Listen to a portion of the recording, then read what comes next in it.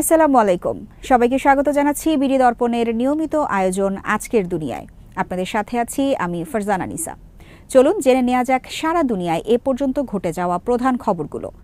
ঘূর্ণিঝড় হেলেনের আঘাতের পর যুক্তরাষ্ট্রের দক্ষিণ পশ্চিমাঞ্চলীয় 6 অঙ্গরাষ্ট্রে এ পর্যন্ত অন্তত 100 জন প্রাণ হারিয়েছেন, তবে কর্তৃপক্ষের আশঙ্কা নিহতের সংখ্যা 600 ছাড়াতে পারে।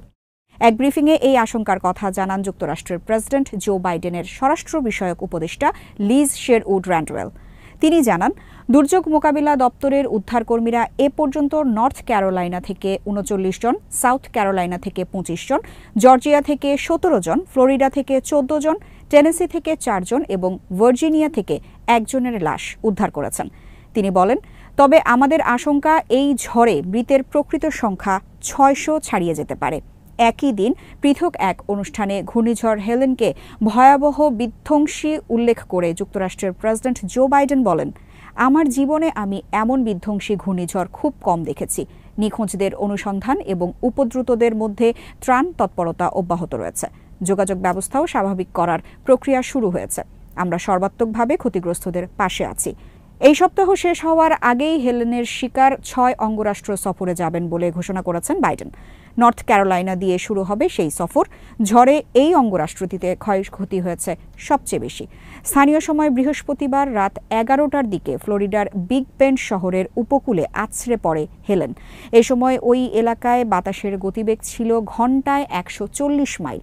ব্যাপক ধ্বংসাত্মক হওয়ার কারণে যুক্তরাষ্ট্রের আবহাওয়া দপ্তর হেলেনকে ক্যাটাগরি 4 ঘূর্ণিঝড়ের তকমা দিয়েছিল।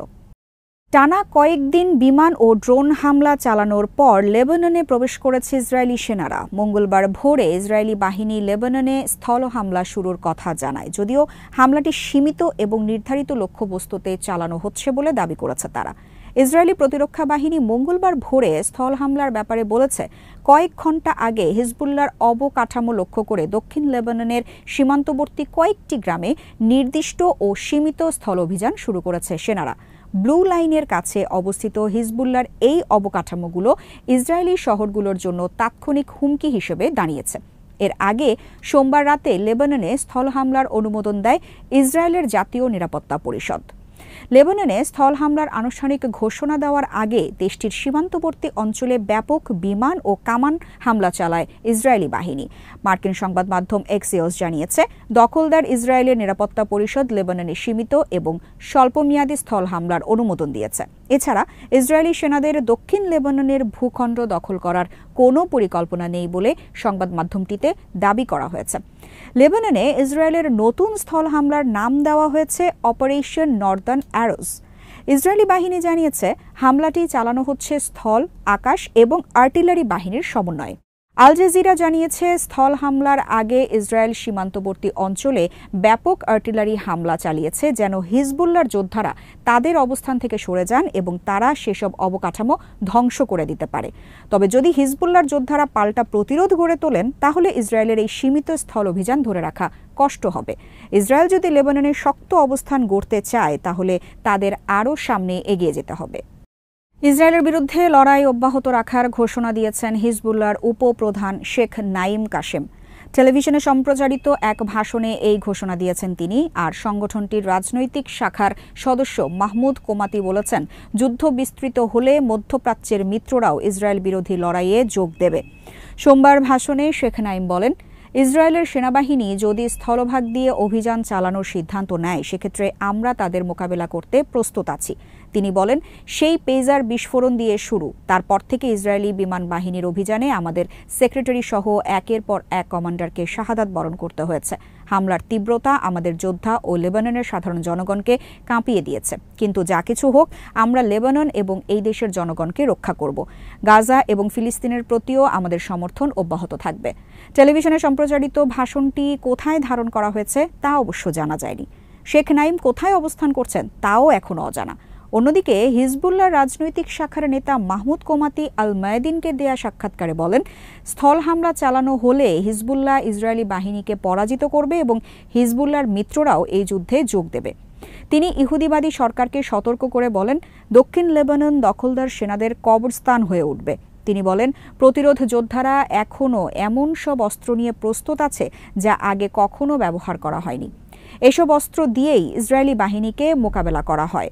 সোমবার হিজবুল্লাহর দুই নেতা এই বক্তব্য দেওয়ার কয়েক ঘণ্টা পরেই লেবাননে ঢুকেছে ইসরায়েলি ট্যাঙ্ক ও সাঁজোয়া যানের বহর। দক্ষিণ লেবাননে তাদের মোকাবেলা করতে হিজবুল্লাহর সেনারা অপেক্ষা করছে বলে আগে থেকেই সতর্ক করে দিয়েছে সংগঠনটির কর্মকর্তারা। গাজা ও লেবাননে ইসরায়েলি আগ্রাসন বন্ধে জাতিসংঘকে শক্তি প্রয়োগের আহ্বান জানিয়েছেন তুরস্কের প্রেসিডেন্ট রিসেপ তাইয়েপ এরদোয়ান। ১৯৫০ সালের রেজলিউশন অনুযায়ী সাধারণ পরিষদকে শক্তি প্রয়োগের সুপারিশ করতে উদ্যোগী হতে বলেন তিনি। রাজধানী আঙ্কারায় মন্ত্রিসভার বৈঠকে তুরস্কের প্রেসিডেন্ট বলেন, নিরাপত্তা পরিষদ যদি যথেষ্ট আগ্রহ না দেখায় তাহলে জাতিসংঘ সাধারণ পরিষদের উচিত দ্রুত শান্তি স্থাপনের জন্য ১৯৫০ সালের শান্তি প্রস্তাব অনুযায়ী শক্তি প্রয়োগের সুপারিশ করা। রয়টার্সের খবরে বলা হয়েছে, ন্যাটো সদস্য তুরস্ক শুরু থেকেই গাজায় ইসরায়েলের বিধ্বংসী আক্রমণের প্রতিবাদ জানিয়ে আসছে। লেবাননে ইসরায়েলি আক্রমণেরও প্রতিবাদ জানিয়েছে আঙ্কারা। যুদ্ধ শুরুর পর ইসরায়েলের সাথে বাণিজ্য সম্পর্ক স্থগিত করেছে দেশটি। এছাড়া গাজায় গণহত্যার বিষয়ে ইসরায়েলের বিরুদ্ধে দক্ষিণ আফ্রিকার দায়ের করা মামলায় বাদী পক্ষে যোগ দিয়েছে তুরস্ক। এরদোয়ান ১৯৫০ সালের জাতিসংঘের যে প্রস্তাবটির কথা উল্লেখ করেছেন সেটিতে বলা হয়েছে, যদি কোনো ইস্যুতে নিরাপত্তা পরিষদের ৫ স্থায়ী সদস্যের মধ্যে মতবিরোধ দেখা দেয় এবং তারা বিশ্বের শান্তি বজায় রাখতে ব্যর্থ হয় তাহলে সাধারণ পরিষদ এ বিষয়ে পদক্ষেপ নিতে পারবে। সাধারণত জাতিসংঘের একমাত্র কাঠামো হচ্ছে নিরাপত্তা পরিষদ, যারা যে কোনো আন্তর্জাতিক বিষয়ে আইনগত সিদ্ধান্ত নিতে পারে এবং প্রয়োজনে কোনো দেশের উপর নিষেধাজ্ঞা আরোপ করতে পারে। কিন্তু শুরু থেকে যুক্তরাষ্ট্রের বিরোধিতার কারণে গাজায় ইসরায়েলি আগ্রাসন বন্ধে কোনো পদক্ষেপ নিতে পারছে না নিরাপত্তা পরিষদ। মুসলিম দেশগুলো কেন ঐক্যবদ্ধভাবে ইসরায়েলের বিরুদ্ধে কঠোর পদক্ষেপ নিতে পারছে না সেটি নিয়েও হতাশা প্রকাশ করেন তুরস্কের প্রেসিডেন্ট। সব রাষ্ট্রকে অর্থনৈতিক, কূটনৈতিক ও রাজনৈতিকভাবে ইসরায়েলকে চাপে রাখার অনুরোধ জানিয়ে এরদোয়ান বলেন, শান্তির জন্য মুসলিম বিশ্বসহ সকল আন্তর্জাতিক সম্প্রদায়কে তৎপর হওয়ার অনুরোধ করছি আমরা। যদি ইসরায়েলকে এখনই থামানো না যায় তাহলে তারা অন্য মুসলিম দেশগুলোকেও আক্রমণ করবে। বিশ্বের বেশিরভাগ দেশ যখন লেবানন ও গাজায় ইসরায়েলি আগ্রাসনের বিরোধিতা করছে, ভারতীয় প্রধানমন্ত্রী নরেন্দ্র মোদি তখন আবারও ইসরায়েলকে সমর্থনের কথা জানান দিলেন। বোমা হামলায় হিজবুল্লাহ প্রধান সৈয়দ হাসান নাসরুল্লাহকে হত্যার একদিন পর সোমবার নরেন্দ্র মোদি টেলিফোন করেন ইসরায়েলি প্রধানমন্ত্রী বেনিয়ামিন নেতানিয়াহুকে। ভারতীয় সংবাদ মাধ্যমগুলো বলছে, টেলিফোন আলাপে দুই নেতা মধ্যপ্রাচ্যের সাম্প্রতিক পরিস্থিতি নিয়ে আলোচনা করেন। ফোন আলাপের পর অফিসিয়াল এক্স অ্যাকাউন্টে দেয়া এক পোস্টে মোদি বলেছেন, আমাদের বিশ্বে সন্ত্রাসবাদের কোনো জায়গা নেই। আঞ্চলিক উত্তেজনা নিরসন ও সকল বন্দীদের মুক্তি ত্বরান্বিত করা গুরুত্বপূর্ণ। উল্লেখ্য, ইসরায়েল ও তার মিত্ররা বরাবরই হামাস ও হিজবুল্লাহর মতো প্রতিরোধ সংগঠনগুলোর কার্যক্রমকে সন্ত্রাসবাদ হিসেবে আখ্যায়িত করে। ভারতের প্রধানমন্ত্রী আরও বলেন, দ্রুত শান্তি ও স্থিতিশীলতা ফিরিয়ে আনার কাজে সমর্থন দিতে ভারত অঙ্গীকারাবদ্ধ। নয়াদিল্লি বরাবরই ইসরায়েলের মিত্র হিসেবে পরিচিত। নরেন্দ্র মোদী সরকারের সময়ে ইহুদিবাদী সরকারের সাথে ভারতের ঘনিষ্ঠতা আরও বেড়েছে। এর আগে গত ৭ অক্টোবর ইসরায়েলে ঢুকে হামাস যোদ্ধাদের আক্রমণের পর মোদী টেলিফোন করে ইসরায়েলকে সমর্থন জানিয়েছিলেন। এমনকি গাজা যুদ্ধের মধ্যেই ইসরায়েলকে রকেট ও বোমা সরবরাহ করেছে ভারত, এমন প্রমাণ পাওয়া গেছে।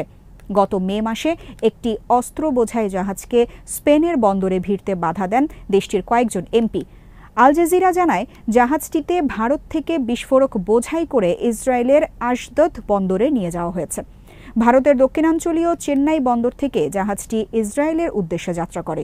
এরপর হুথিদের হামলার ভয়ে সেটি লোহিত সাগরের পরিবর্তে আফ্রিকান উপকূল ঘুরে ভূমধ্যসাগরে প্রবেশ করে। রাশিয়ার প্রেসিডেন্ট ভ্লাদিমির পুতিন বলেছেন, ইউক্রেনে তার দেশ যে লক্ষ্য নির্ধারণ করেছে তা পরিপূর্ণ করা হবে। সোমবার এক ভিডিও বার্তায় পুতিন একথা বলেন। রাশিয়ার দ্বিতীয় পুনরেকত্রীকরণ দিবস বা রিইউনিফিকেশন ডে উপলক্ষে তিনি এই বার্তা দেন। মস্কোর পক্ষ থেকে ৪টি অঞ্চল ডোনেৎস্ক, লুহানস্ক, জাপোরিজিয়া ও খেরসনকে রাশিয়ার সঙ্গে একত্রীকরণ দিবস হিসেবে দিনটি পালন করা হয়। মস্কোর পক্ষ থেকে ২০২২ সালে ৩০ সেপ্টেম্বর ইউক্রেনের ৪টি অঞ্চলকে গণভোটের মাধ্যমে একত্রীকরণের ঘোষণা দেওয়া হয়। পশ্চিমা বিশ্বে এ নিয়ে ব্যাপক নিন্দা ও সমালোচনা করা হয়। তবে পুতিনের পক্ষ থেকে অধিকৃত এসব অঞ্চলের নেতাদের সঙ্গে চুক্তি করে রুশ ফেডারেশনের অন্তর্ভুক্ত করা হয়। অবশ্য এসব অঞ্চলের পুরোপুরি এখনও তাদের নিয়ন্ত্রণে আসেনি। পুতিন ভিডিও বার্তায় বলেন, সত্য আমাদের পক্ষে, যেসব লক্ষ্য নির্ধারণ করা হয়েছে তা অর্জন করা হবে। পশ্চিমা অভিজাতদের সমালোচনা করে পুতিন দাবি করেন, রাশিয়াকে লক্ষ্য করে পশ্চিমারা ইউক্রেনে তাদের উপনিবেশ ও সামরিক ঘাঁটি বানিয়েছে। তারা ঘৃণা, উগ্র জাতীয়তাবাদ ও রাশিয়ান সবকিছুর প্রতি শত্রুতা উস্কে দিচ্ছে। আজ আমরা আমাদের সন্তান ও নাতি নাতনিদের জন্য একটি নিরাপদ, সমৃদ্ধ ভবিষ্যতের জন্য লড়াই করছি। রাশিয়া 2022 সালের ফেব্রুয়ারি মাসে ইউক্রেনে পুরো মাত্রায় হামলা শুরু করে। অন্যদিকে পশ্চিমা সামরিক জোট ন্যাটো ও ইউরোপীয় ইউনিয়নের সদস্য হওয়ার জন্য চেষ্টা চালিয়ে যাচ্ছে ইউক্রেন। কিয়েভ মনে করে ন্যাটো বা ইইউ সদস্য হলে তা তাদের জন্য নিরাপত্তা ও স্বাধীনতার জন্য গুরুত্বপূর্ণ হয়ে উঠবে, কিন্তু রাশিয়া এর বিরোধিতা করে আসছে। আজ এখানেই শেষ করছি। সবাই ভালো থাকুন, সুস্থ থাকুন আর দেখতে থাকুন বিডি দর্পণ। চ্যানেলটি ভালো লাগলে সাবস্ক্রাইব করুন, সংযুক্ত থাকুন আমাদের ফেসবুক পেজে। আল্লাহ হাফেজ।